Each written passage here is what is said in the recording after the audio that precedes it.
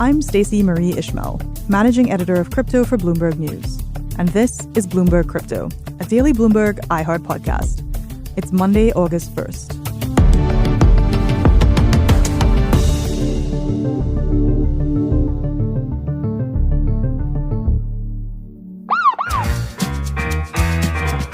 Picture this. You're the FBI, trying to track down the digital keys that will give you access to illicit or stolen crypto. You're rifling through books, papers stuffed in suitcases, you're tearing open gum wrappers. It's like something out of a movie.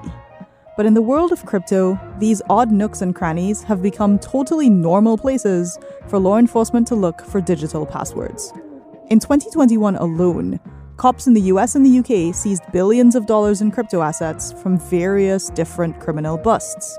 With so much money on the line, enforcement agencies around the world have had to learn, and learn quickly, how to spot these digital assets and seize them from accused criminals.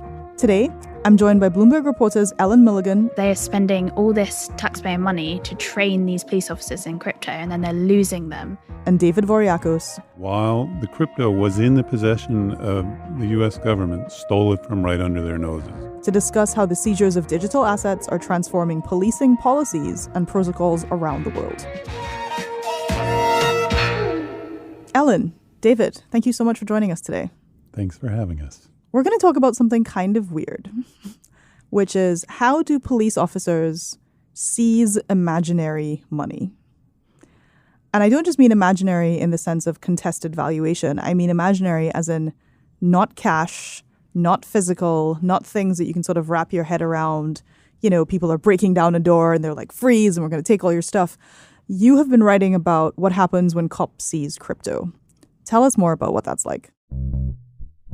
Well, police traditionally have seized physical items like jewelry, cash, cars, boats, planes, and with crypto, they have to know that it's there, and they have to be educated enough about the process to understand that it has value and there are unusual ways to access it. And so that's what we wrote about, that police around the world are educating themselves on what crypto is and how to access it. Then once they get it, how they store it and how they sell it. And Ellen, what does that look like? Well, really, there's a few different elements to this. Like David said, there's the seizing of the crypto and discovering it, which is easier said than done because often there's not a physical element to crypto. Sometimes there is, like a kind of hardware device that crypto wallet is kept on or something like that. But often these are digital assets. Mm-hmm. And to discover them and then to seize them, you need a seed phrase that accesses the crypto wallet. So even if you're holding a keep key device, for example, police won't know how much Bitcoin or another cryptocurrency is held on there until they can access it using this kind of password. And then they're storing it once they've seized it. How do they keep this asset safe? Often for years while you go through a criminal trial and then a forfeiture order.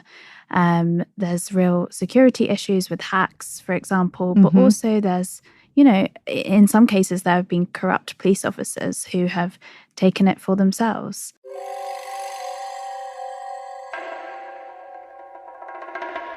And then the last element is how you release that cryptocurrency. If you give it back to victims, or what value you give it back to victims, if the state keeps it. These are the questions that law enforcement has been grappling with. And what David and I really discovered is there's no standardized procedure of way that people do this. As in any of the parts, like each one is idiosyncratic. Exactly. And every different law agency around the world and different law agencies within the same countries do it differently. And the police, like the rest of the world, when it comes to crypto, have had to learn this as they go along. And inevitably, mistakes have been made along the way, and they're still grappling with this. So you mentioned kind of three elements, each of which sounds hilariously complicated. So let's take each one in turn. First of all is the identification, right? something suspicious is happening. We think that's a suspicious thing is in crypto. We've figured out that exists. What are the steps involved in, okay, we think that this is suspicious. We have, good cause. We have all the paperwork, etc. that's required. How do they even get those passwords in the first place? Well, in identifying the suspicious crypto, they can see the movement of crypto on the blockchain. That is a public ledger that they can see, and what they must first do is trace it to criminal activity. And once they've traced it to criminal activity, they can then get a court order to seize wallets that are associated with, say, stolen crypto. At that point, they cannot actually access those wallets without the seed recovery phrases, and they can come in different ways. They may be written on slips of paper. They may get it from insiders who are familiar with it. But if they do not have those seed recovery phrases, the police cannot access the crypto. So they can't, say, compel an exchange to hand that crypto over to them? There's a case that's pending in federal court in Washington in which a guy named Gary Harmon from Akron, Ohio, is alleged to have stolen crypto right from under the noses of the Internal Revenue Service, which had seized crypto from Gary's brother, Larry Harmon, who pleaded guilty to charges associated with running a crypto mixer and helping to obscure the identity of crypto. And the federal government alleges that Gary Harmon, while the crypto was in the possession of the U.S. government, stole it from right under their noses. And it has a value of many millions of dollars. He's scheduled to go to trial early next year, but there have been negotiations that have been spelled out in court papers in which the federal government just wants the seed recovery phrase so they can have the crypto. And Gary Harmon's lawyers say that's essentially tantamount to him admitting he committed the crime. Interesting. So all of the big parts of jurisprudence that people might be familiar with now being applied to the slightly more chaotic entities involved in crypto. That sounds like fun. Ellen, you mentioned that the second part of this complex thing around storage, this seems to be part of the problem that David is describing. If another entity can just be like, nope, that's mine, and take it once that crypto has been seized by the government or by the police, like what's going on there? What are those fail-safes? Exactly. And a lot of these cases have come out of like the 2017, 2018 time where there was kind of the last big spike in crypto and then crash before 2021's spike.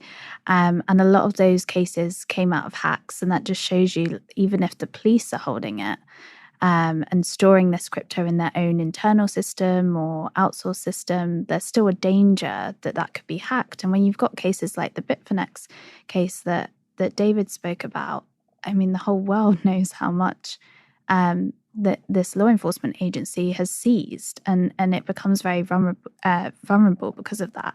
I spoke to a small police force in southern England for this story. They stumbled across crypto for the first time, accidentally, really, in 2017. So this was a kidnapping case where a guy was kidnapped. Turned out his house was a cannabis farm. So they did some digging around and they found this keep key device, which had a notepad attached to it with 2 seed phrases. And it had 900 grand in Bitcoin, I think, on it. And so what police did is there was no precedent for this. They had no idea what to do. Most of them didn't really know what crypto was. They bought their own keep key device and they transferred the Bitcoin from his wallet to their wallet, their crypto wallet. And then they kept this keep key device and the seed phrases in a safe, and only 2 policemen...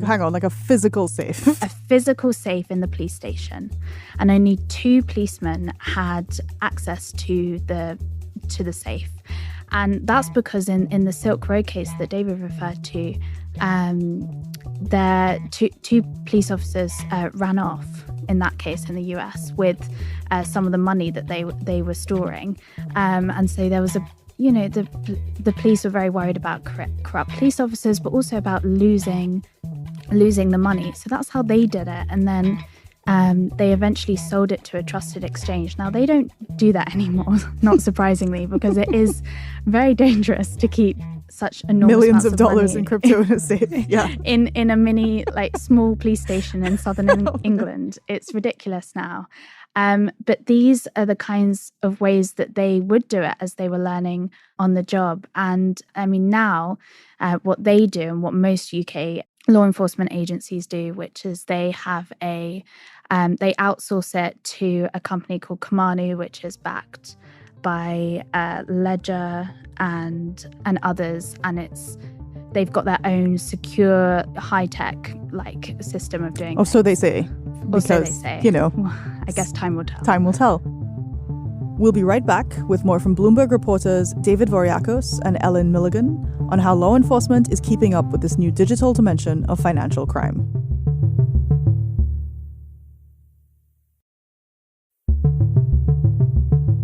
I want to push on something that you're saying here about, they tried some stuff. The stuff didn't necessarily work. Now they may be getting better at it. How are they getting better? Where are they finding people? You've mentioned outsourcing, but they obviously need police officers who are themselves trained in knowing what to do. What has that process been like? So in the UK, the police lobbied the government, the Home Office, for funding to train about 250 officers around the country in how to investigate, seize, and realise the value of these assets. They were dubbed crypto tactical advisors. No. Yes. And I think one or two from every force around the country was trained in this. And that really helped them. And then they did a public procurement process to outsource this. And I know that that's been done in the US less successfully, which David can tell you about. But actually, the trouble that they're having now is they've lost a number of these crypto tactical advisors to Coinbase, chain analysts, these firms who can triple their pay. So that's something they're really struggling with, is they're spending all this taxpayer money to train these police officers in crypto, and then they're losing them to these firms who can pay them far more. So let me just make sure I'm understanding this. I, a US taxpayer, have nominally contributed to somebody working for Coinbase right now. Potentially. Potentially, I as a UK taxpayer definitely have. I would say also in the US, I mean, the FBI and the Internal Revenue Service have some extremely talented investigators, and they have very large databases at their access, which they're able to use to triangulate to figure out who owns a wallet, because they can follow the movement of crypto across the blockchain in ways that people can't do it who have only public access. And they also work with firms like Chainalysis, which Ellen had mentioned, to help them put together who owns, disputed wallets. And I would also say that the government is looking to privatize the storage and sale of seized crypto assets. The Justice Department, through the marshals, has had sort of mixed success with that. Marshals used to auction crypto themselves, and they stopped in 2020. They were trying to hire an outside firm, and the two firms that they had settled on both were disqualified because they were too big under the regulations. And so the marshals are doing it themselves, but they're looking for a firm outside to do it for them. And Ellen, this is related to the third part of that complex tree, right? Which is the distribution once some sort of judgment has been rendered on either the crypto or the alleged criminal involved. Yeah, this is almost the most complicated part because there was no legal precedent for this. And what a court does when, for example, it finds someone guilty, there's a forfeiture proceeding that happens later on. And often this happens years after. And what's a forfeiture proceeding? In the UK, you have the Proceeds of Crime Act, and this is a 20-year-old act.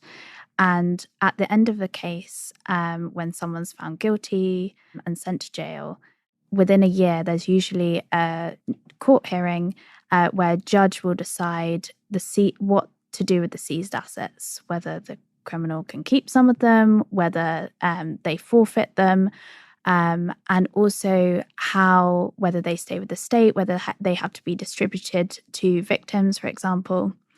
The trouble that this police force had in the case I was talking about earlier was this law was 20 years old when crypto didn't exist. So they had to go to a judge and convince them that this is an asset, the most valuable asset in the case. It was they came across cash, about 200 grand in cash, watches, artwork, gold, but the crypto was the most valuable asset. The other complication, and we've seen that even more so, is that crypto will be a much different price than it was when they seized it. And the good thing that police have had up until this year was it ballooned in price. So either the state or victims got quite a good deal out of it. And I think what police are now really grappling with is actually that crypto that they've been storing for so long has actually fallen in price now. Quite a lot, actually. Quite a lot. And at what point do they sell it? They're confined by the law, but at what point do they convert that? Do they convert it before they forfeit it? It's really complicated, and it's really those kinds of questions are actually outside the law, and it's about instinct almost. And David, is it similar in the U.S.? In the U.S., assets can be forfeited once someone is convicted of a crime. But they're seized before someone is convicted of a crime. So they may sit there for a year or 2, 3, 4 years while someone is going through the judicial process. And the government cannot sell those crypto assets until after there's an order from the judge saying it's okay to liquidate this. I was going to say there's an interesting case in San Francisco where someone stole 69,370 Bitcoin from the Silk Road site. In November of 2020, it was worth $1 billion. It then went up a great deal more than that, and it's fallen since then. But there's someone referred to only as Individual X who agreed to forfeit it. And so he or she is not contesting ownership, but there are a bunch of other people who are putting claims in saying, well, they had some of the crypto that was in dispute. And so the judge in San Francisco is ruling on that dispute, and he's hearing testimony and reading reports from experts on both sides. And in every case so far, he's ruled for the government. And a couple of the people who say that some of that crypto is theirs have appealed it. And so it has to be adjudicated at the district court level and the appellate court level before they can go ahead and sell all of that crypto, which is very valuable. And it sounds like it's going to take a long time. It has taken almost 2 years so far. It'd probably take, I would guess, another year or so, but then I assume they're going to go ahead and sell it. Wow. Well, thank you both for joining us on this frankly fascinating episode. I really appreciate you both taking the time. Thank you so much. Thank you, Ellen, and thank you, David. You can find more of their reporting on the Bloomberg Terminal, on Bloomberg.com, and on Twitter.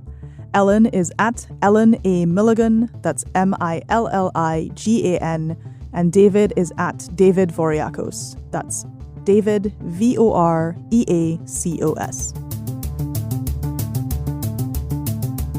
On the next episode of Bloomberg Crypto, one of the most interesting conversations in crypto right now is all about definitions, and especially the definition of a so-called security. Who better to tackle this than Bloomberg opinion columnist Matt Levine, a former practicing lawyer and investment banker who has written extensively about securities, securities law, insider trading, all the things that are very much topical right now. You'll also hear highlights from Matt's interview with Sam Bankman-Fried at the recent Bloomberg Crypto Summit in New York.